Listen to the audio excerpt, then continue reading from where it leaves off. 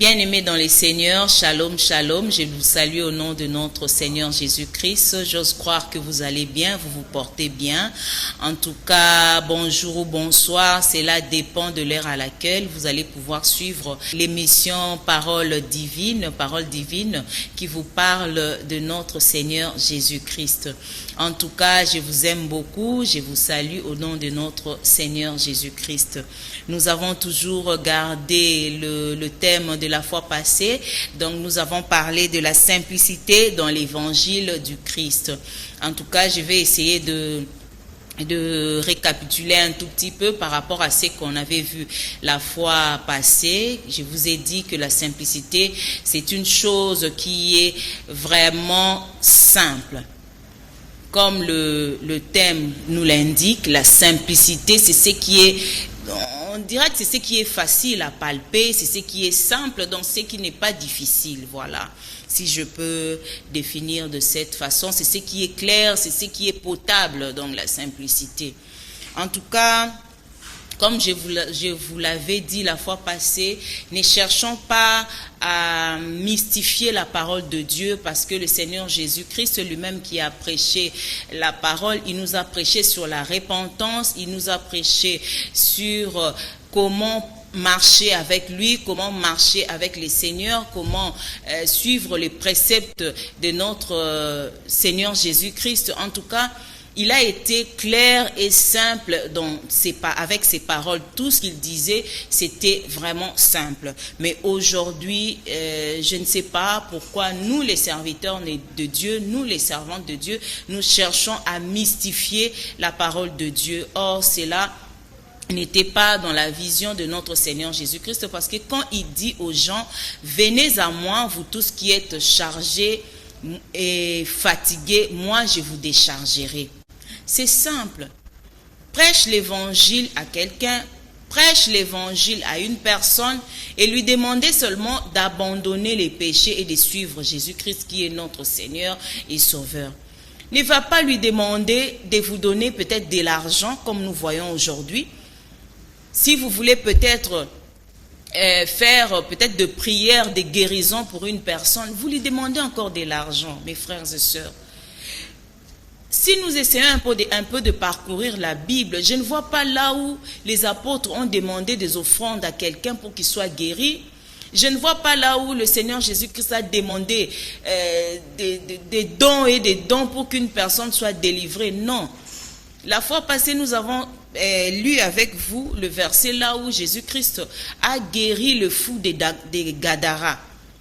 Il a demandé au fou des Gadara d'aller juste témoigner dans sa famille par rapport à ce que le Seigneur Jésus-Christ avait fait pour lui, par rapport à sa délivrance. Mais il ne lui a pas dit d'aller peut-être donner des offrandes, d'aller faire des dîmes, ou soit, je ne sais pas. C'est que nous voyons aujourd'hui dans nos églises.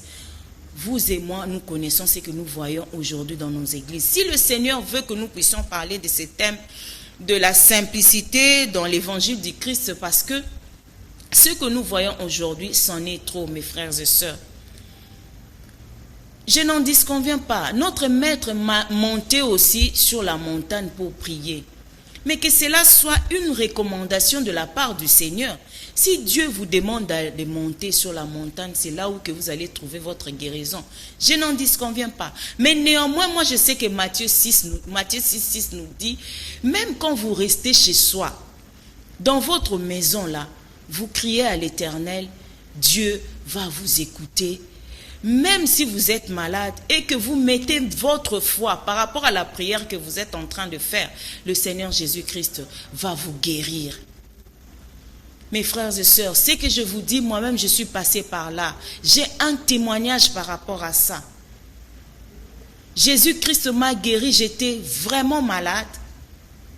Je ne suis pas allé courir par-ci, par-là, derrière le pasteur, derrière les serviteurs de Dieu. Ce n'est pas mauvais. Mais moi, je ne l'ai pas fait. Mais j'ai reçu le miracle de Dieu. Toute seule dans ma maison, et je priais, Dieu m'a guéri. Mes frères et sœurs, Oui, le Seigneur Jésus-Christ a demandé aux serviteurs d'imposer les mains aux malades. Et la prière faite avec foi va guérir la personne qui est malade. Oui. Mais ça ne sera pas les mains du serviteur qui va peut-être ou qui vont peut-être guérir cette personne qui est malade. Non, c'est Jésus-Christ qui passera par les mains de ces serviteurs ou soit de cette servante pour guérir la personne. Et au retour ou en retour, toi qui es serviteur, tu ne vas pas te taper la poitrine pour dire que c'est toi qui as sauvé, soit c'est par peut-être ta grâce que cette personne a été guérie ou soit que la personne a été sauvée. Non, ce n'est pas toi qui as opéré ce miracle-là. C'est Jésus-Christ lui-même qui est passé par toi afin peut-être de pouvoir guérir la personne qui avait besoin de la guérison ou soit de la délivrance. Aujourd'hui, qu'est-ce que nous voyons? Non, parce que vous avez péché, parce que vous avez fait ceci, vous avez fait cela, il faut l'offrande de ceci, l'offrande de cela, l'offrande de... Non, mes frères et sœurs, moi je dis que ce sont des mensonges. Nous allons lire ensemble avec moi. Luc 23, 38 à 43. Il y avait au-dessus de lui cette inscription, celui-ci est le roi des Juifs. L'un des malfaiteurs crucifiés l'injuriait disant, n'es-tu pas le Christ? Sauve-toi toi-même et sauve-nous. Mais l'autre le reprenait et disait, ne crains-tu pas Dieu, toi qui subis la même condamnation? Pour nous, c'est juste, car nous recevons ce qu'on méritait, nos crimes, mais celui-ci n'a rien fait de mal.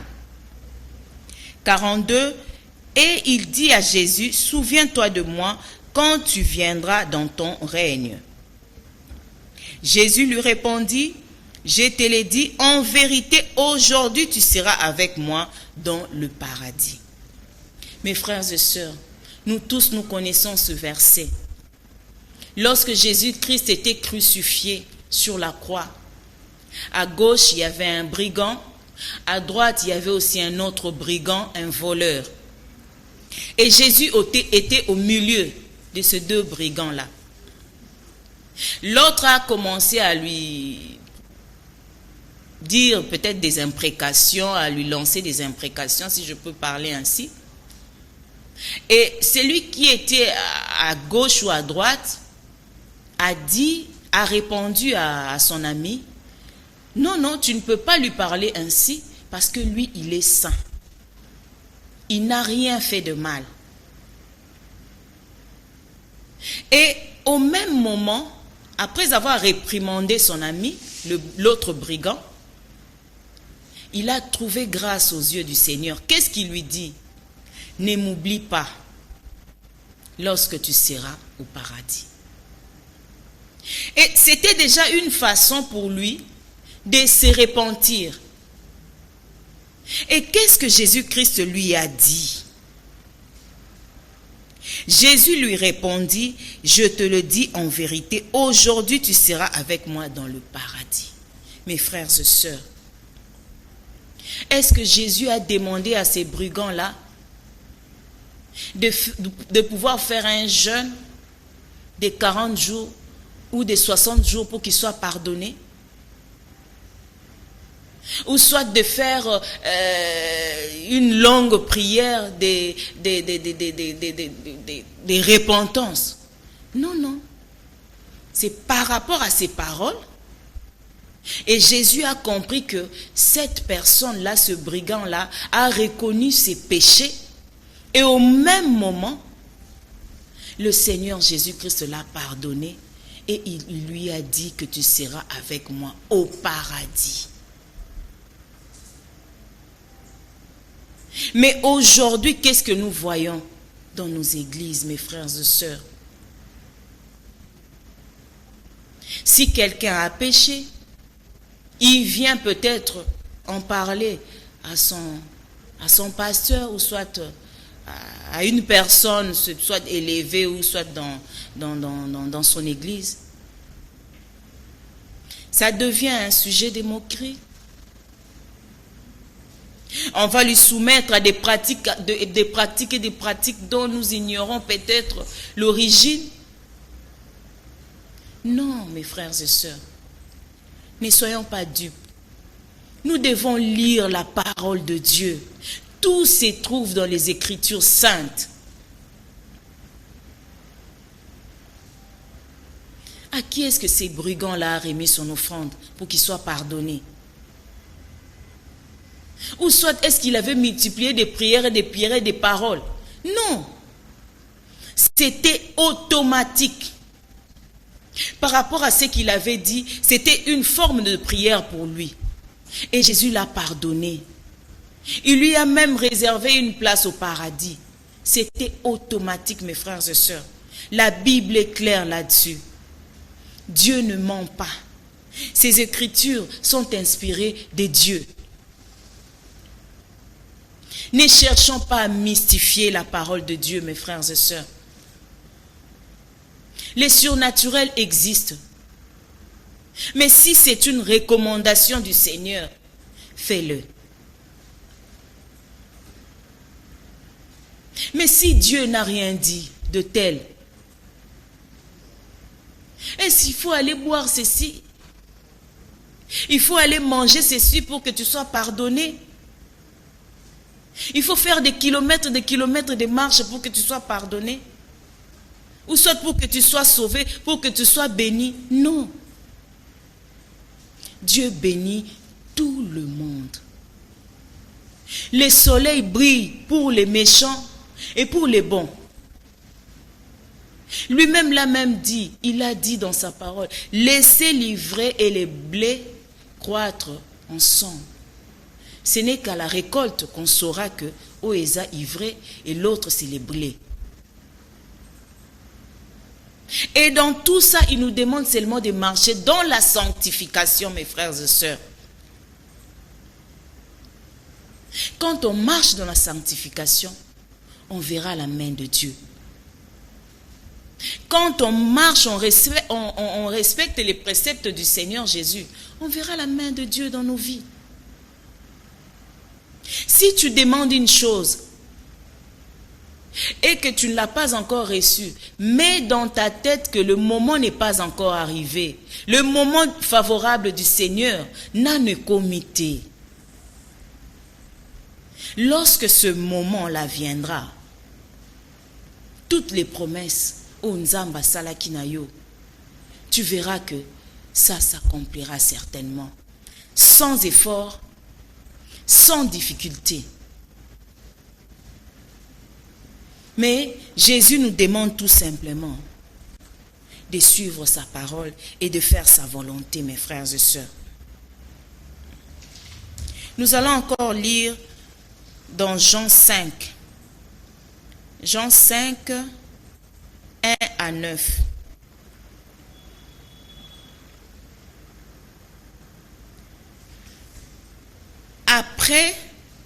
Après cela, il y eut une fête de Juifs et Jésus monta à Jérusalem. Or, à Jérusalem, près de la porte de Brebis, il y a eu une piscine qui s'appelle en hébreu Bethesda et qui a 5 portiques. Sous ces portiques étaient couchés un grand nombre des malades, des aveugles, des boiteux, des paralytiques qui attendaient le mouvement de l'eau. Car un ange descendait de temps en temps dans la piscine et agitait l'eau, et celui qui y descendait le premier, après que l'eau avait été agitée, était guéri. Quelle que fût sa maladie. Là se trouvait un homme malade depuis 38 ans. Jésus l'ayant vu coucher et sachant qu'il était malade depuis longtemps, lui dit, « Veux-tu être guéri ?» Le malade lui répondit, « Seigneur, je n'ai personne pour me jeter dans la piscine. Quand l'eau est agitée et pendant que j'y vais, un autre descend avant moi. » « Lève-toi, lui dit Jésus, prends ton lit et marche. » Aussitôt cet homme fut guéri, il prit son lit et marcha. Amen. Cette personne malade près de la piscine de Bethesda. À chaque fois, c'était l'ange qui agitait l'eau et la première personne qui descendait dans l'eau était guérie. Et lorsque Jésus-Christ s'est approché de cette personne, il a commencé à lui raconter sa vie. Non, parce que je n'ai personne pour me jeter dans l'eau, raison pour laquelle je ne suis pas toujours guéri. Et qu'est-ce que Jésus lui a dit? Prends ton lit et quitte ce lieu. Il a pris son lit, il a marché. Aussitôt cet homme fut guéri, il prit son lit et marcha. Vous avez lu ensemble avec moi. Mes frères et sœurs, restons dans la parole de Dieu. Jésus était simple dans tout ce qu'il faisait. Il ne récitait aucune prière, mais il avait confiance à son Père. Parce qu'il savait que lorsqu'il prononçait un mot, il y avait des résultats qui suivaient. Alors ce monsieur-là qui était près de la piscine de Bethesda a marché juste par une simple parole prononcée par le Seigneur. Et je suis sûre que ce qu'il avait fait, c'était juste d'aller témoigner. C'est ce que le Seigneur Jésus-Christ nous demande. Lorsqu'il nous a délivrés, lorsqu'il nous a guéris, que nous puissions parler de lui. Il ne nous demande pas des offrandes, il ne nous demande pas des dîmes. Je ne sais même pas comment on peut nommer tout cela. Si moi-même je me dis, oui, par rapport à ce que le Seigneur a fait pour moi, par rapport à ma délivrance, par rapport à ma guérison, je veux peut-être faire une offrande pour donner à l'Église par rapport à ce que le Seigneur a fait pour moi. Cela ne dépend que de la personne qui est guérie. De la personne qui ressent ce besoin-là de faire quelque chose, de poser un geste, de poser un acte de foi par rapport à ce qu'il a vu. Je n'en disconviens pas. Mais si ça revient maintenant au pasteur de pousser la personne, ou soit de demander à une personne avant même de faire la prière, avant même de faire quoi que ce soit, il faut que tu donnes ceci, il faut que tu donnes cela, il faut que tu fasses ceci, tu fasses cela. Non, mes frères et sœurs, je vous en supplie. Rentrons dans la parole, dans la logique de la parole de Dieu. Dieu ne nous demande pas de donner quoi que ce soit pour qu'on soit guéri, pour qu'on soit délivré, pour qu'on soit béni. Non. Ce qu'il nous a demandé, c'est d'avoir une relation étroite, une relation parfaite avec lui. C'est de suivre ses commandements, marcher selon ses préceptes, le servir et de faire sa volonté. Et en ce moment, nous allons voir comment le Seigneur va nous bénir. Nous allons encore lire Jean 11, 39 à 40. Jésus dit, « ôtez la pierre. » Marthe, la sœur du mort, lui dit, « Seigneur, il sent déjà, car il y a 4 jours qu'il est là. » Jésus lui dit, « N'ai-je pas dit que si tu crois, tu verras la gloire de Dieu? » N'ai-je pas dit, si tu crois, tu verras la gloire de Dieu? Là, c'est l'histoire de Lazare. Vous allez lire chez vous, dans vos maisons, vous allez comprendre l'histoire de Lazare. Et je sais que beaucoup connaissent quand même cette histoire de Lazare. Qu'est-ce que le Seigneur Jésus a dit? N'ai-je pas dit, si tu crois, tu verras la gloire de Dieu? Nous avons parlé de la foi, ma sœur. Si tu es malade, mets ta foi, prie, et le Dieu qui est là-haut va te guérir. Si tu veux être béni, mets ta foi, mes frères, ma sœur. Si tu travailles quelque part, mets ta foi. Par rapport à ton travail, Dieu va te bénir. Exerce ta foi. Si tu crois, tu verras la gloire de Dieu. Mes frères et sœurs, je sais ce que je dis. Parce que maman lui dit que vous voyez aujourd'hui, j'étais morte et le Seigneur m'a ramenée à la vie.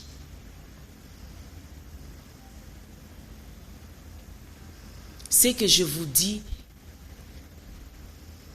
je prends mon Dieu en témoin. Parce que c'est lui qui m'a sauvée. J'étais déjà morte, je sentais déjà la pourriture en moi. L'odeur de la mort sortait de moi. Il y a de ceux-là qui attendaient déjà ma mort. Mais si les hommes de ce monde ont mis un point final chez Dieu, ça sera un point à la ligne. C'est ce qui s'est passé avec moi. Un jour, toujours dans cette émission, je ferai mon témoignage. J'étais morte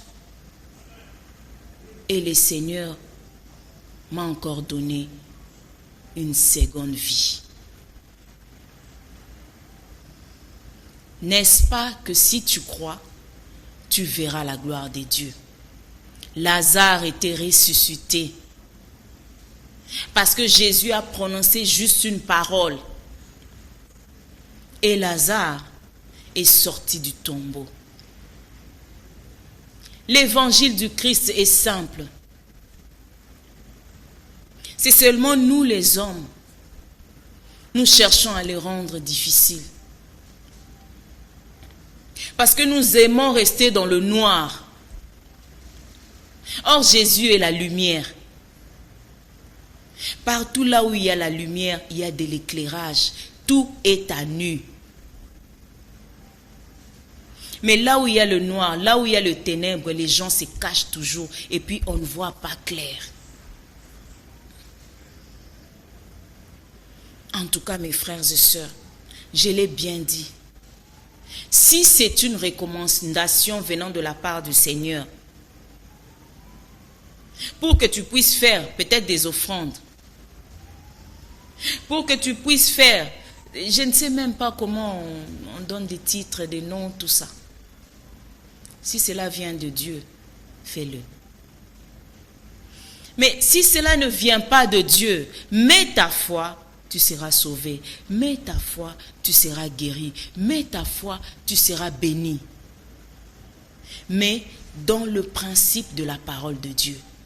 Aujourd'hui, nous aimons beaucoup des offrandes, des actions de grâce, tout ça. La fois passée, nous avons parlé de l'histoire de Naaman, si je me souviens bien. Lorsque Naaman est allé chercher le prophète,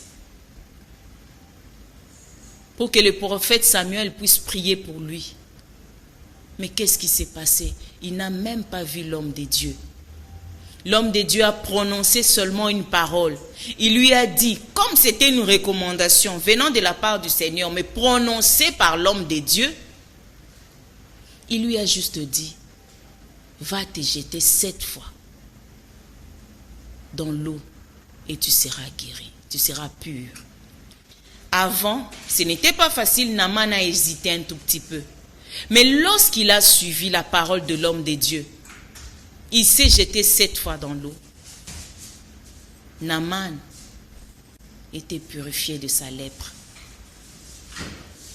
Mais malgré tout ce qu'il avait comme arsenal de biens, tout ça, des bijoux, l'argent, tous les cadeaux qu'il avait ramenés pour l'homme de Dieu, les prophètes n'avaient même pas reçu un iota provenant de la part de Naaman. Non. Ils n'avaient rien pris. Des présents, des cadeaux, ils n'avaient rien pris. Ils n'avaient même pas vu le visage du serviteur de Dieu, du prophète. Et Naaman était parti, complètement guéri. En tout cas, mes frères et sœurs, lisons la parole de Dieu. L'évangile de Dieu n'est pas compliqué. L'évangile du Christ n'est pas compliqué. L'évangile est simple. Ne cherchons pas à rendre la parole de Dieu plus difficile, non. Le Seigneur nous demande seulement de les suivre, de suivre ses préceptes, de le craindre et de faire sa volonté. Par rapport à tout ce que nous lui demandons, il nous demande seulement de mettre la foi, que nous puissions garder la foi, d'exercer notre foi, et nous allons voir que le Seigneur va nous bénir, nous guérir et nous donner tout ce que nous lui demandons. Je venais de le dire tout à l'heure, si tu as demandé en 2020 et en 2022 tu n'as pas encore vu, garde, sois patient. Au temps favorable, Dieu va te visiter. En tout cas, nous sommes arrivés à la fin de notre message. Mais j'aimerais quand même demander à ceux-là qui vont pouvoir suivre cette émission, qui n'ont pas encore reçu Jésus-Christ comme leur Seigneur et Sauveur, je vais vous aider. Seigneur Jésus-Christ, je t'accepte comme mon Seigneur et Sauveur. Je te prie d'être mon maître et de pardonner mes péchés. Je veux bien te suivre. Je veux bien te servir. Sois mon maître. Viens dans ma vie. Occupe toute la place dans ma vie. Au nom puissant de Jésus-Christ. Amen. Eh bien, frères et sœurs, en tout cas, je vous remercie. Que notre Seigneur Jésus-Christ puisse vous bénir parce que je sais qu'il revient bientôt. Amen. Bye et on se retrouve. Merci.